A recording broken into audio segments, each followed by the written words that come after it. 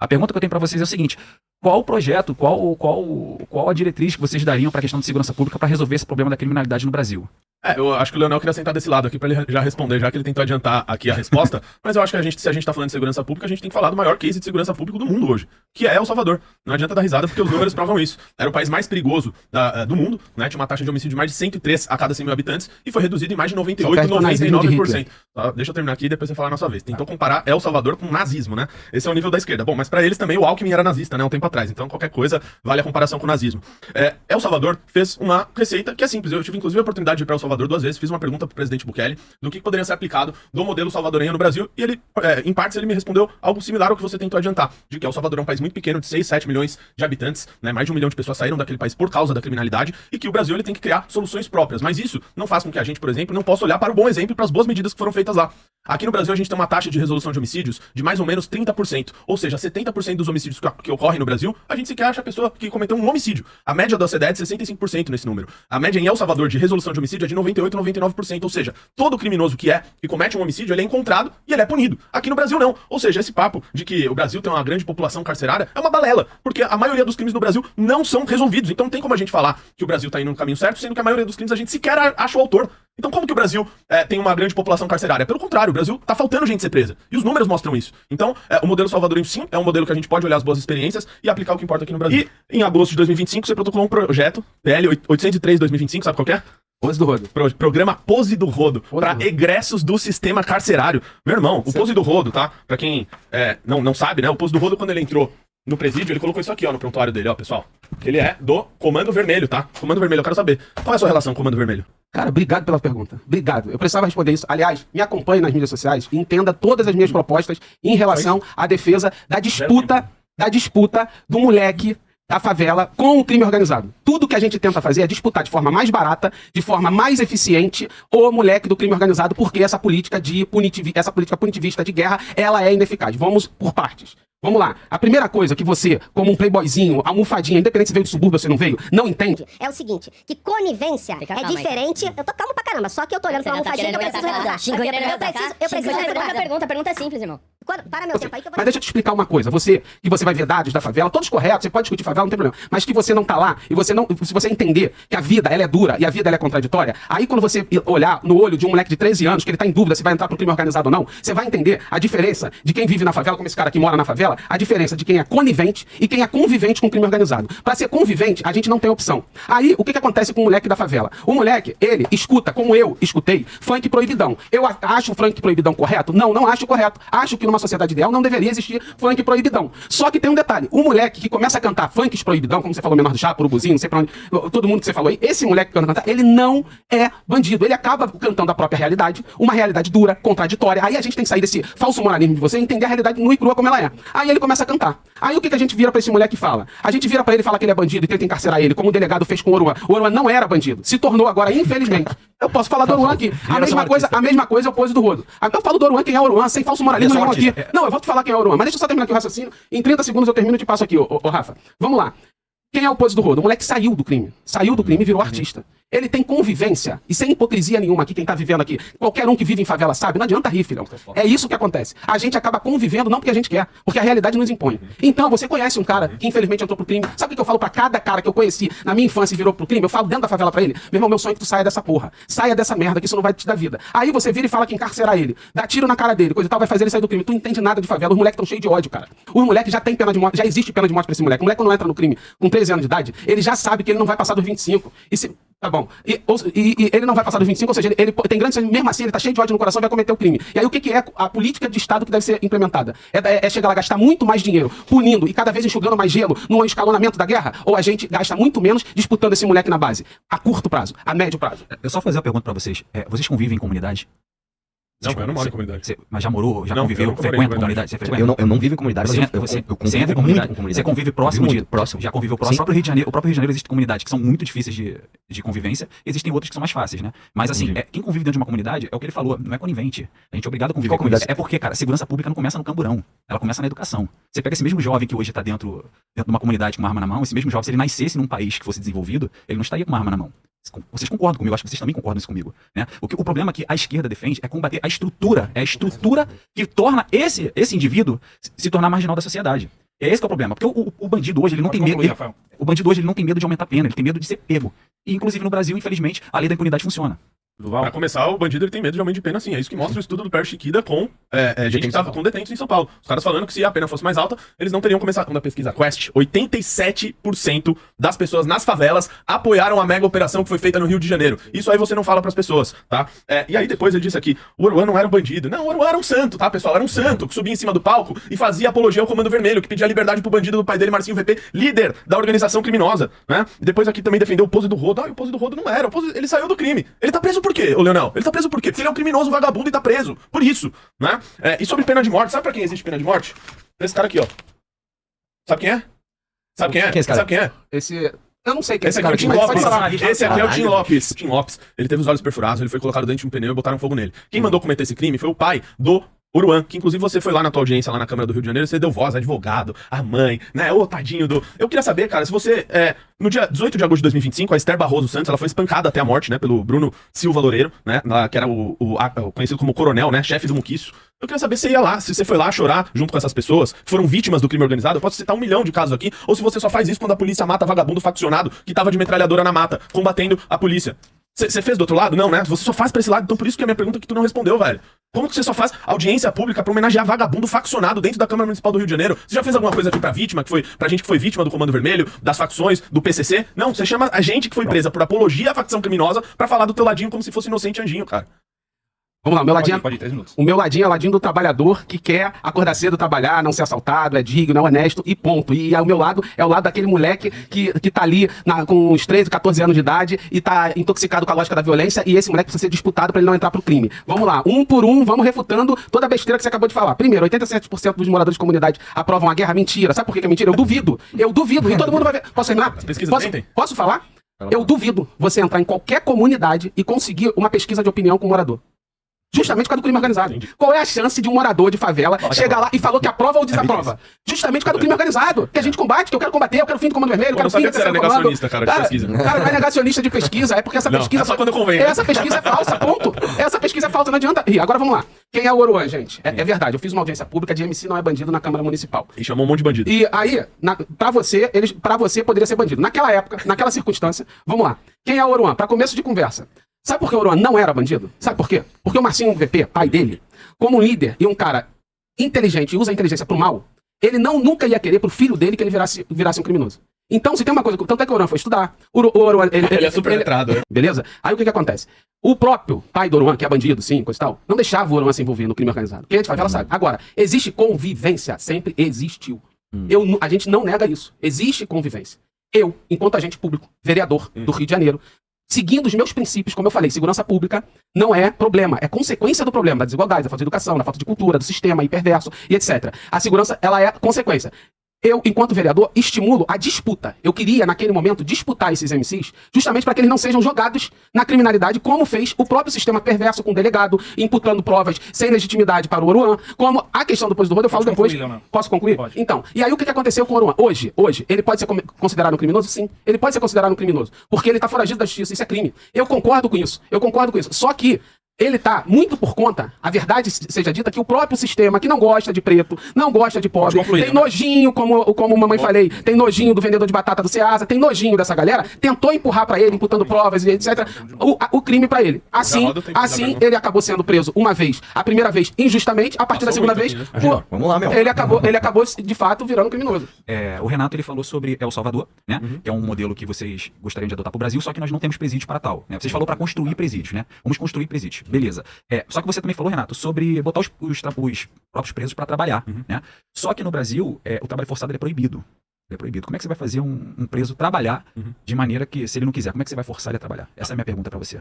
Aqui no Brasil a gente instaure o que se chama de direito penal do inimigo. E, inclusive isso foi feito em El Salvador também. Qual que é essa ideia? Essa é a ideia de um jurista alemão chamado Günther Jacobs, que ele defende basicamente o seguinte, que na sociedade existam 2 tipos de direito. Tá? Existe o direito ao cidadão. Ao cidadão você aplica a ele todas as garantias fundamentais de defesa, de processo penal, você garante que ele possa recorrer. A um sujeito que não tem ficha criminal, que cometeu um delito, um crime de menor potencial ofensivo, a ele se aplica o direito do cidadão, que é o direito aplicado a todos nós hoje.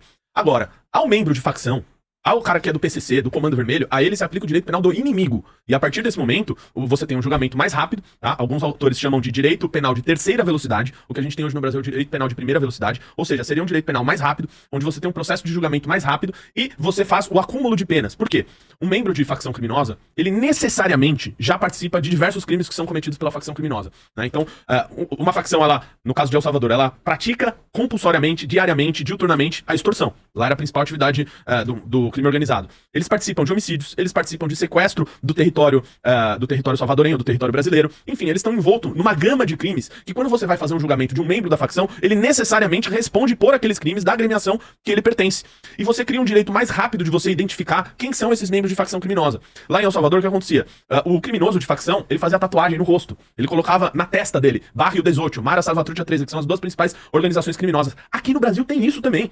É vagabundo que desenha palhaço no braço, né? Que é fazendo referência à morte de policial. Tem cara que tatua lágrima, né? Pra cada policial que ele matou, pra cada pessoa que ele matou. Então, tem esse processo de identificação dos membros da facção criminosa, que eles não podem ter os mesmos recursos, os mesmos direitos, o mesmo processo penal que você tem hoje pra uma pessoa que comete um ilícito menor. Então, pra esse cara que é faccionado, pra ele sim. Então, no caso de um faccionado, ele seria sim obrigado a trabalhar, tá? Inclusive, Rafael, tem vários presídios tem presos que trabalham sim, né? O presídio de Ribeirão das Neves tem um programa de trabalho que é feito ali com o pessoal de criminosos de menor potencial ofensivo, e eles passam, né, a partir disso, a devolver algo pra sociedade, a entregar algo pras pessoas, uma vez que eles estão nesses presídios, nesses lugares, porque eles cometeram um crime. A pergunta eu vou repetir novamente pra você. Como que vamos resolver a questão da população que tá na sociedade, que praticando crimes, como que vamos reduzir isso? Porque, tendo em vista que o Brasil já aumentou pena, você falou que o preso tem medo quando aumenta a pena. Concordo plenamente com vocês. Só que o preso não tá praticando crime, quem tá praticando crime é quem tá solto. Quem tá solto não tá preocupado com o aumento de pena. Concorda comigo ou não? É uma pergunta simples e objetiva. Como que vamos resolver o problema no Brasil na criminalidade? Porque já aumentamos pena, já matamos pra caramba, policial matou pra caramba, inclusive no meu estado do Rio de Janeiro. Estudos mostram que isso dá problema. Inclusive o PCC surgiu após o massacre do Carandiru. Olha a merda que deu. Agora tá aí a facção aqui dentro do estado de São Paulo. Às vezes você pode estar se baseando no aumento de pena de quem já tá preso. Isso não é verdade. Eu tô mostrando pra você que existe uma política de desincentivo, que ela parte de duas coisas: certeza de punição e tamanho da punição. Só que olha só, existem vários estudos, eu vou citar um só pra não tomar muito tempo, que falam justamente isso. Pra você fazer um estudo que não mede o efeito da diminuição de criminalidade de quem está fisicamente preso, na Itália eles fizeram um estudo especificamente pra isso, que é o seguinte: eles aprovaram uma lei em 2006, em julho de 2006, chamada Lei da Clemência Coletiva. O que eles fazem? Eles dão perdão da pena. Funciona assim: o cara vai ter a pena perdoada, e se ele reincidir, ele vai pagar a pena que ele não cumpriu, mais a pena total que ele cumpriria no novo delito. Ou seja, você tem o seguinte incentivo ou desincentivo. Se você faltar um ano só pra sua pena acabar, e você delinquir de novo, você vai ter a nova pena mais um ano apenas. Se eu acabei de entrar no sistema penal e eu tenho mais, sei lá, 5 anos pra cumprir, sair, delinquir de novo, eu vou cumprir a nova pena do meu novo delito, mais os 4 anos faltantes da minha pena anterior. Ou seja, é uma pena muito extensa. O resultado do estudo, que o estudo é longo, eu li ele inteiro, é maravilhoso o estudo, mas eu vou trazer o resumo dele. A redução da incidência é de 1,24% para menores penas e 25% para maiores penas. A cada mês de pena esperada, você tem uma redução de 7,4% na reincidência. Então a Itália pegou e respondeu justamente a sua dúvida, que é uma dúvida coerente. Peraí, o cara que já tá preso, e se eu considerar que eu já resolvi ele? Vamos falar de quem tá solto ou de que eu sei que vai sair. Só uma coisa, a conclusão do estudo é basicamente o seguinte: não só a pena esperada faz o cara cometer menos crime, como o sistema prisional, o tempo no sistema prisional não reforma. Entendeu? Essa tese de que o cara vai passar 5 anos na cadeira e vai sair informado. É o contrário. Quanto mais tempo ele tem de pena esperada, menos incentivo ele tem pra cometer crime. Então, a gente fala aqui, e não adianta você pegar um detalhe: o preso trabalha na prisão. A gente vai reformar a Constituição. Não vamos reformar? Tudo bem, então vamos abrir mão desse detalhe? Então tá, o preso não vai trabalhar no presídio. Tudo bem. Todo o resto que a gente tá falando é justamente isso, uma política de desincentivo que conta também com o aumento da repressão de qualidade. É isso. Pode falar uma pergunta boa. O que você acha do projeto Pena Justa? Cara, o governo federal, né, PT, mais o CNJ, com a presidência do Barroso, eles apoiaram Pena Justa. O que é o plano Pena Justa? É um plano de desencarceramento em massa, né, de foca no direito carcerário, ele foca no vagabundo, não foca na vítima, e ele fala o seguinte, cara: você tem que, por exemplo, tirar, né, ali a pena de roubo, receptação, pequenos furtos, você tem que deixar de isolar grandes chefes de facção, e esse projeto é tão nocivo, cara, que pela primeira vez na história do Brasil, pela primeira vez, o PCC e o CV se deram uma trégua. Mano, vamos dar uma trégua que isso aqui é bom pra nós. Eles deram uma trégua pela primeira vez na vida, tá?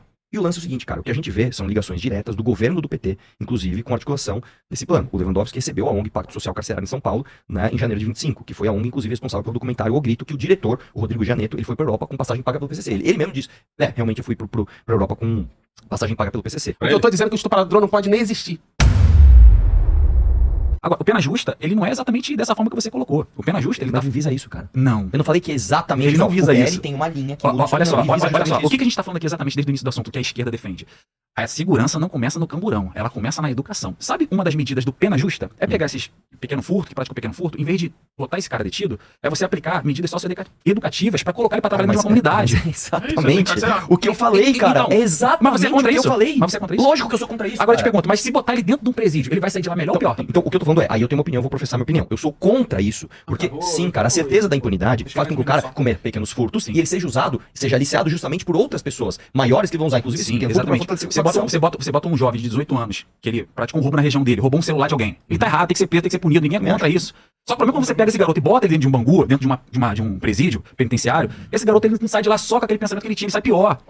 E o Pena Justa, ele também não visa só isso. O Pena Justa, ele cria também, ele aumenta também o monitoramento de pessoas que utilizam tornozeleira. É porque você falou Pena Justa, você só falou de um tópico, você esqueceu de todos. E olha que eu pesquisei isso aqui, cara. É o Em tópico um minuto, problemático. eu tinha também um número de pessoas que estão presas além do tempo. O Sim, Pena Justa por quê? é pra aplicar isso. Por quê? Porque a Pra resolver esse justiça é problema. lenta demais, cara e lenta demais. E você é a favor que ela seja mais rápida? Óbvio que sim. E o Pena Justa é o quê? Óbvio que sim. Não, ajuda. Não. Tá visando isso, cara? Não, é pelo seguinte, não. Eu falei que o mundo inteiro investe 0,5% em justiça.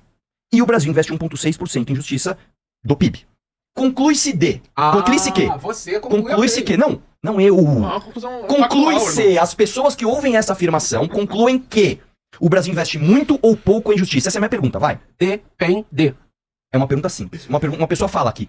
O João Cara, continua comeu teu uma maçã. raciocínio aí. A Deixa Maria as pessoas comeu falarem, 3 pô. maçãs. Conclui-se que a Maria comeu mais ou menos maçãs que o João. Vai. Quem é o João?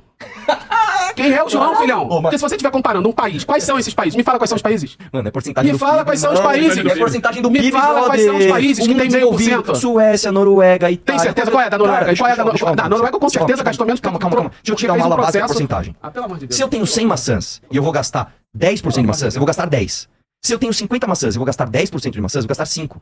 Absolutamente, o 10 é maior que o 5, mas proporcionalmente é a mesma proporção. Então eu não estou falando em valores absolutos, eu estou falando em porcentagem do PIB. É assim E o se que eu compara estou as dizendo coisas. aqui não dá pra... E aí eu vou perguntar pra vocês, tá? Grande parte desse gasto aqui é com justiça trabalhista.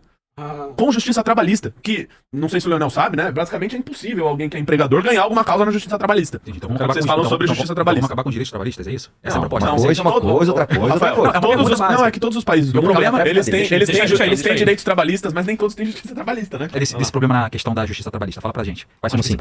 Quais são os principais motivos, quais são os principais Sim. processos que tem lá dentro? Então, se você for ver.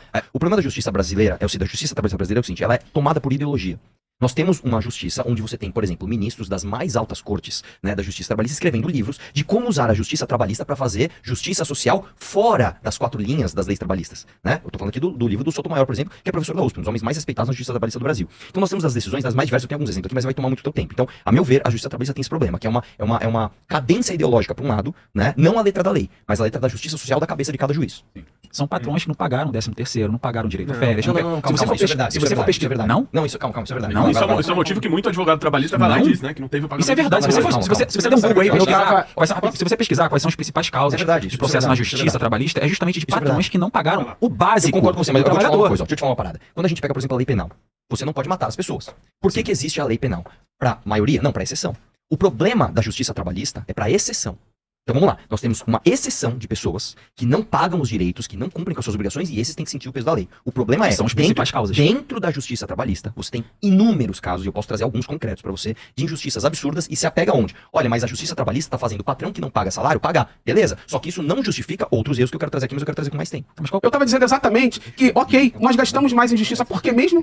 Porque a gente é um país, o segundo país mais desigual do planeta, e aí a gente precisa de gastar mais em justiça, inclusive trabalhista. Então, como é que é qual é o problema mesmo? O problema é a justiça ou o problema é a desigualdade que eles defendem? O problema é a elitização o problema é esse pseudo-liberalismo coronelista que eles defendem, que eles travestidos de falsos moralistas. É sobre isso que eu quero falar aqui. Vamos na raiz do problema, você não consegue ser profundo? Renato, mas deixa eu te levar um pouquinho de profundidade, beleza? Já que você ainda não desenvolveu 100% do seu córtex cerebral, aí a gente, eu vou, tenta ser mais profundo, já tenta ser mais profundo, tenta ser mais Trazem, como eu falei, a questão da segurança pública, né? A gente trouxe uma realidade brasileira, vocês não tem como ser aplicada a questão de El Salvador, porque não temos presídios, e a lei, e a cláusula pétrea, mas é só fazer, é só mudar a Constituição de 88, gente, é só mudar, é só repetir o que eu falei no início do debate. Política não é o que a gente quer, é o que a gente pode, né? Vocês hoje, não têm cargo no executivo, né? Política não é o que a gente quer, é o que a gente pode. Renan Santos está concorrendo, só que Renan Santos está fazendo promessas que são inconstitucionais. Ele quer acabar com a lei de cotas, por exemplo. É inconstitucional isso? Você precisa criar uma nova lei, não é o presidente que acaba. Ele está concorrendo com a cargo de quê? Não, cara, pera lá. Não é o presidente que acaba. Vamos lá, pra começar. Não é O presidente que acaba. governador de Santa Catarina acabou Não. agora com a lei de cotas do Estado. Então, por quê? Porque governador e prefeito que é o que dita isso aí, presidente da República não. A gente está, por exemplo, no debate da escala 6x1. Sim. É um projeto do governo ou não é?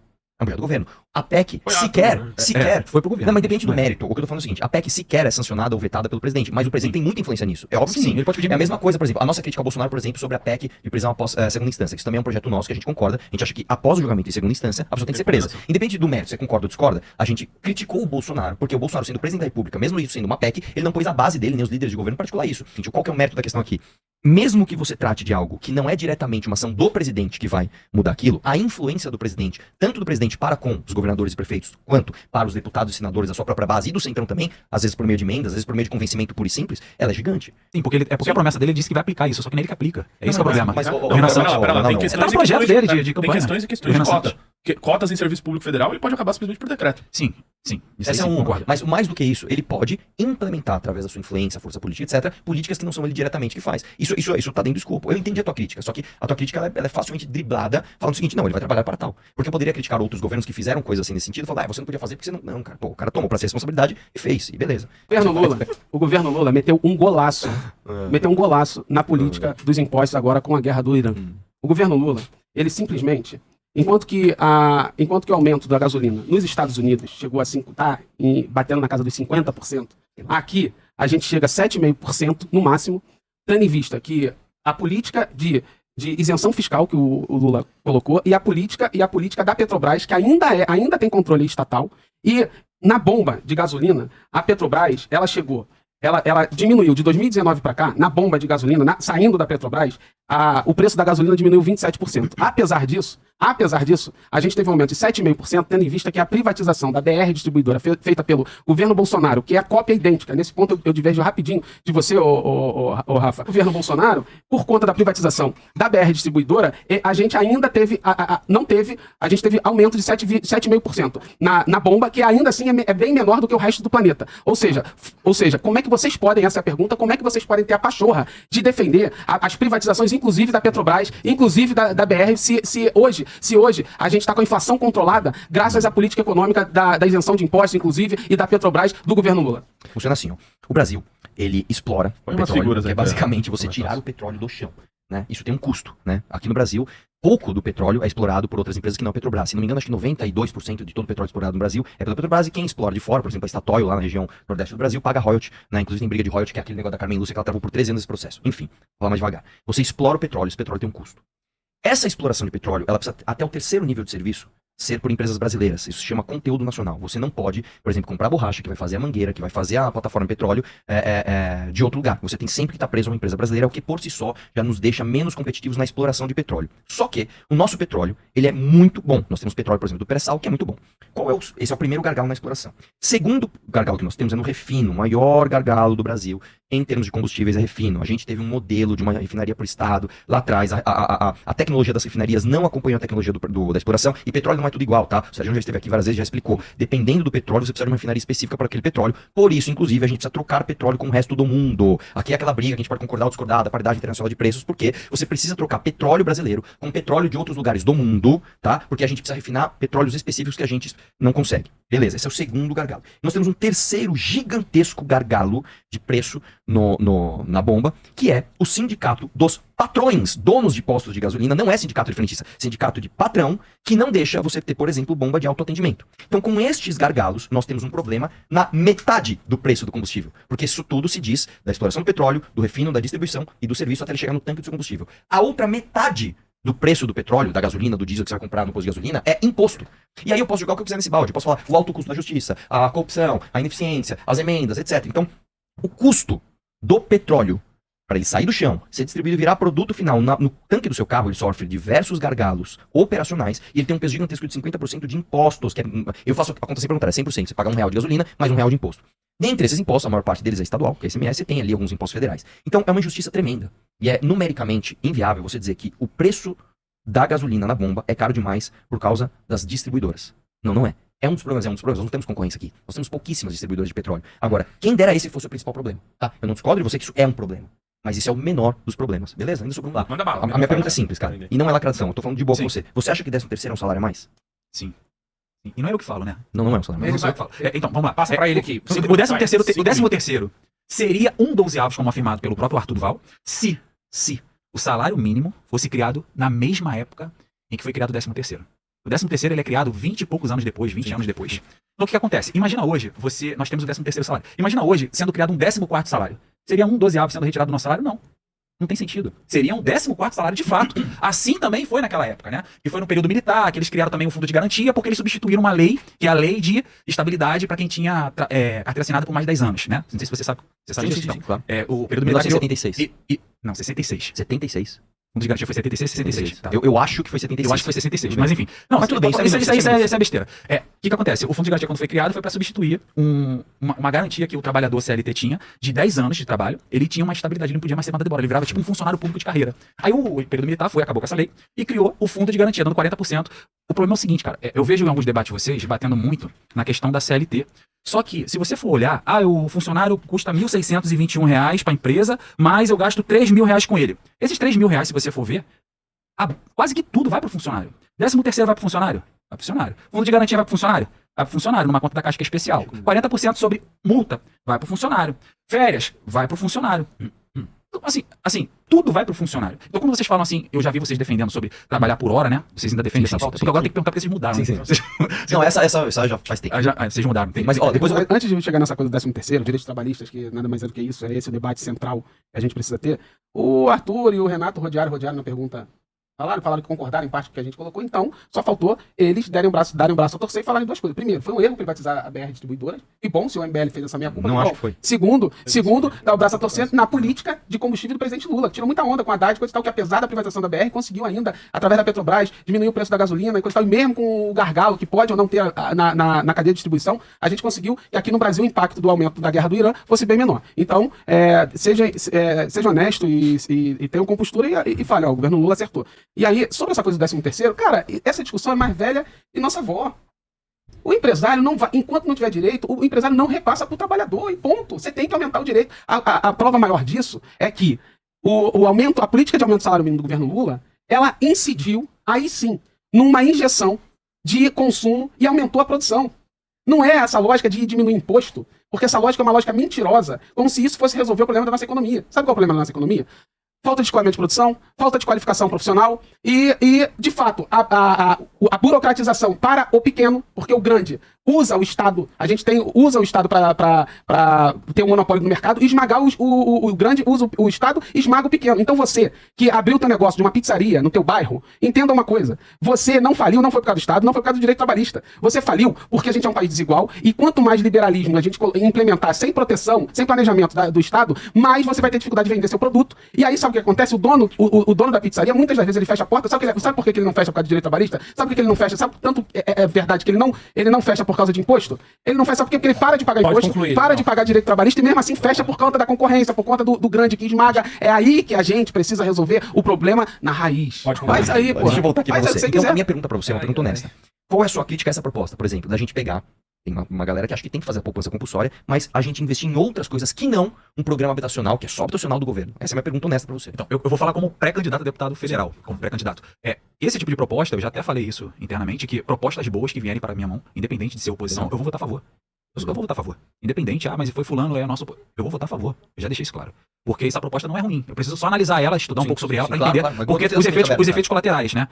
O Cleitinho da direita, ele também é um pouco assim, ele tá sendo meio assim também. Mas enfim. Posso falar? Deixa eu fazer uma pergunta. Calma aí, eu queria falar. Lula e Bolsonaro, qual que tu acha que é melhor? Nenhum dos dois. Não, tem que ter pelo menos. Você prefere morrer queimado ou afogado? Não. Tem que ter um ou outro. Queimado ou afogado? Quem você acha que é melhor? Nenhum dos dois, cara. Não pode ser sincero. Os dois, cara. Eu sei que é Lula. Não. Deixa eu falar. Eles têm que ser isentão pra eles tentarem se diferenciar. Deixa eu explicar pra criança. Eles são a mesma você ser contra os dois não é estar isento Eles são a mesma coisa. Não é verdade, filhão. Não é verdade, são dois lados. O mundo tá em disputa, filhão. Sabe por que você tá desviando de mim o tempo todo? Me chamando de criança, coisa e tal, debochando. Vai deixar, tio do biscoito. Deixa o biscoito. Sabe por que você tá debochando o tempo todo? Porque eu tô indo na raiz do problema e mostrando quem são vocês, pô. Eu tô não. Cara, não tô não. Aí a gente vai tentar jogar aqui um contra o outro. E não tem nada. Eu concordo com tudo que ele falou da lógica legalista. Só que você acabou de falar aí, eu posso ficar no meio, não sei o que, porque isso aí pega bem pro público do meio. Só que isso não existe na sociedade. Isso não existe. O que existe é o mundo em disputa. Deixa eu te explicar uma coisa. Deixa o crianção te explicar uma coisa, adultão. Deixa eu te falar. O mundo tá em disputa desde que o mundo é mundo. Calma aí, cara. O mundo tá em disputa desde que o mundo é mundo. Aí, isso é caráter religioso, isso é nação, isso foi a Constituição das empresas, a disputa tá o tempo todo, a gente... E aí, não tem jeito. O mundo, a gente tá vivendo um conflito de interesses o tempo todo. É o conflito. Foi por isso que foi feito guerra religiosa, foi por isso que foi feito guerra das nações. E aí, esse teu discursinho do meio termo, isso não cola. Você tem que chegar... O que você tá defendendo, no final das contas, é o interesse. É o interesse da Faria Lima, da classe abastada, é isso que eles estão defendendo. Só que com pseudos argumentos de isenção. Isentão, mas que não isentão não tem porra nenhuma. Para de falar, mano. Quando vamos falar de penalidades severas a políticos que não cumprem promessa, Constituição boa é de 1824. Várias atrocidades legislativas seriam removidas. Lembrando, o PT está há quase um quarto de século no poder. Já deu? E aí, Lionel, a pergunta que não quer calar. Por que não fez homenagem às vítimas também? Eu fiz. Eu falei várias vezes no plenário que eu me compadeço e me solidarizo com os policiais. E na audiência pública, se você quiser, eu te mando um vídeo. E em todo momento eu falei dos policiais que são inocentes, foram vítimas da necropolítica do governador Cláudio Castro. Debate muito bom. Zé Kiev e Fofão do MBL estão mandando bem, o Rafael também. Mas esse Leonel é muito cansado para debate. O Guto ainda faz parte do MBL. Fala um pouco sobre isso. O cara querendo jogar. Foi? Faz parte. Ponto. CAC é esporte, não política de segurança pública. Mas os estados com maior número de armas por cidadãos comuns são o Sul, média de 14 homicídios por 100 mil habitantes. A média nacional é 20,8 e a média do Nordeste é 30,34. Dados do Atlas da Violência. Bom argumento. Fato. Arthur e Renato Esse cara aproveitem mandou e bastante, nos digam né? o que missão acha e se tem projetos relativos a armas de fogo. É a favor da flexibilização, da posse, do porte, enfim. Porte também. É isso. O problema da posse é o seguinte, você tem os 3 critérios objetivos, né? Você faz o psicotécnico, acaba mostrar deixando- habilidade física lá, de atirar e técnica. Só que tem um quarto, né? Que é o Estatuto do Desarmamento, que é por que você quer. É. E antes era Exército, que não dava conta. Agora passou pra PF, que dá menos conta ainda. Então, o problema do Estatuto do Desarmamento é esse quarto aqui, que é o porquê você quer. Que nada mais é do que uma trava burocrática. Entendeu? Que é só você falar, eu quero porque eu sou caçador. Então você tem o direito. O problema é que eles não têm braço E pra dar... a gente nem